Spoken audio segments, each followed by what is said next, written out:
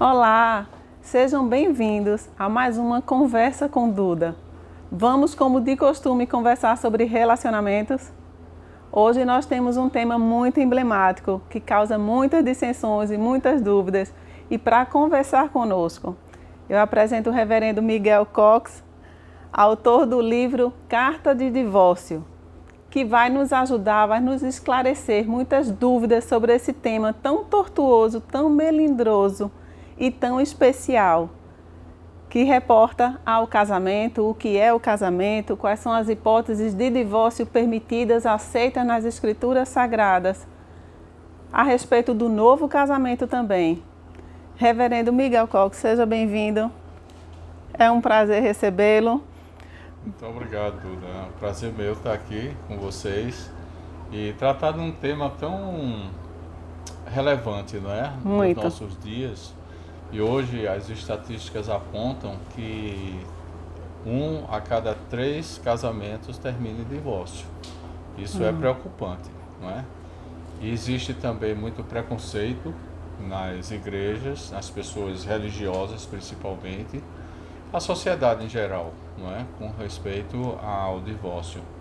E a Bíblia trata de uma forma, digamos assim, normal, desde que haja o motivo, né, ou os motivos para o divórcio.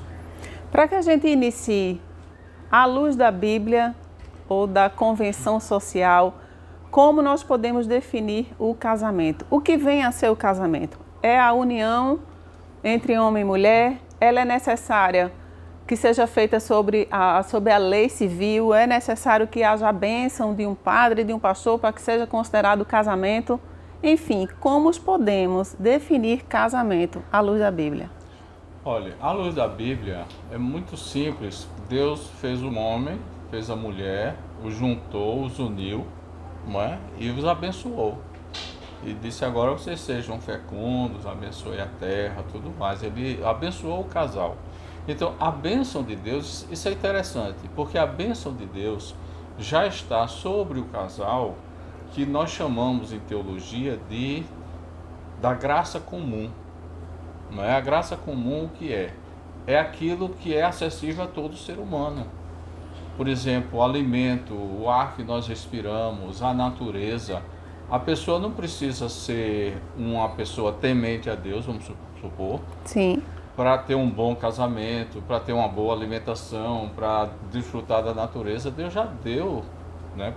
Jesus disse assim, que o sol nasce para os bons e os maus, os justos e os injustos. Então, essa graça comum é que faz o casamento. Agora, a sociedade, né, organiza isso. Então, nós vamos ao cartório, nós fazemos o registro civil do casamento, vai na igreja, tem a bênção matrimonial, etc. Mas não é nem a igreja, nem a sociedade que faz o casamento. Elas reconhecem o casamento. Ou seja, o casamento é muito mais algo entre o casal, né?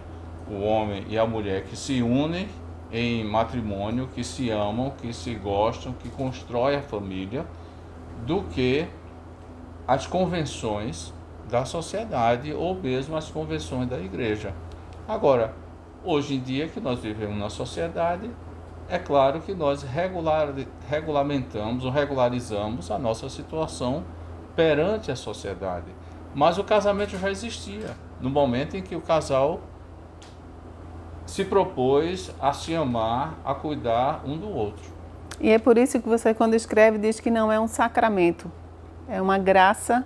É uma graça divina. comum, exatamente. Ora, se fosse um casamento, um sacramento, sacramento é algo que é obrigatório para todos. Por exemplo, no caso do cristianismo, o cristão, ele é batizado e ele tem a participação na Eucaristia, não é? Ou ceia do Senhor, como outras igrejas chamam, Santa Ceia. Então, esses dois rituais faz parte da vida do cristão, não é? Mas o casamento não. O cristão pode ser solteiro, não é? Pode nunca querer se casar, pode ser celibatário, e ele não é obrigado a participar disso, ou ele não é instado, melhor dizendo, a participar do casamento. como ele é instado ao batismo e à comunhão, porque a comunhão significa que você faz parte da igreja, que é uma comunidade, que é a família de Deus, né? E o batismo é justamente o sinal do arrependimento do pecado para uma nova vida em Cristo. O sacramento, o matrimônio não tem essa conotação de sacramento, é uma graça comum. Por exemplo, vamos para o extremo, um casal, digamos assim, ateu, eles podem ser felizes no casamento, se eles se amam, se eles se dão bem um com o outro, e Deus os abençoa. Eles reconheçam ou não que é de Deus, mas eles podem ter uma família feliz, entendeu? Porque a bênção de Deus veio sobre eles, independentemente de qualquer outra condição que ou a igreja ou a sociedade venha a impor sobre eles. Ou seja, não é uma instituição privativa de cristão. Não. O casamento. É bom que se esclareça isso para o público. É para toda a humanidade. É a bênção comum, né, para toda a humanidade, né, sem dúvida nenhuma, né. A indissolubilidade do casamento já foi uma criação da instituição chamada igreja, né, que algumas denominações aceitam, outras não, mas essa indissolubilidade é muito mais assim, eu vou usar um termo forte, né? Uma manipulação para que o casal não se separe nunca, né? Mas não é por aí. Ora, se o casal se ama, um casamento feliz, eles nem pensam em separar, eles nem pensam no divórcio, eles nem cogitam dessa possibilidade, não é? Então não precisa de um desestímulo ou de uma algema, porque seria natural ou é natural que se deseje a manutenção e a permanência nele. Exato. O papel da igreja é muito mais auxiliar o casal do que impor determinadas cláusulas de barreira para que o casal não se separe, porque a indissolubilidade do casamento é uma cláusula de barreira, porque o casal não se separe nunca, não é? E não necessita disso. Isso não vem da Bíblia, não é? Isso vem da instituição, da criação, dos teólogos da igreja e do governo da igreja, que muitas vezes quer controlar demais a vida das pessoas. Aí vamos para um dos versículos muito citados quando se trata de casamento, de união, de indissolubilidade. É o que diz que o homem deixará pai e mãe, unir-se-á sua mulher e serão os dois uma só carne. E neste uma só carne é que estaria arraigada a ideia e já era consequência disso a indissolubilidade do matrimônio. Então... Isso já é uma interpretação, digamos, levada a seu extremo, não é? E esse uma só carne aí você não pode separar jamais. Mas eu pergunto, a igreja é corpo de Cristo. E a igreja não se separa em denominações, não é? A igreja que não deveria jamais se separar, ela não é tão dividida, né, como instituição. Não é? Porque eu creio que a igreja invisível, a igreja de Cristo, ela realmente não se separou. É una. É una. Mas a igreja institucional que nós frequentamos, que temos as nossas denominações, ela infelizmente se divide por motivos muitas vezes banais, questão de disputa de liderança, questão de propriedade, questão doutrinária, um pensa de um jeito, outro pensa de outro, e assim há N motivos que a igreja se separa, infelizmente.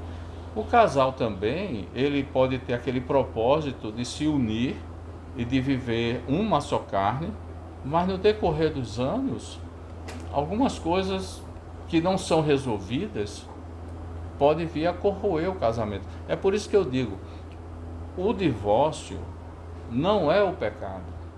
É consequência dele. É consequência. O pecado é o que leva ao divórcio, entendeu?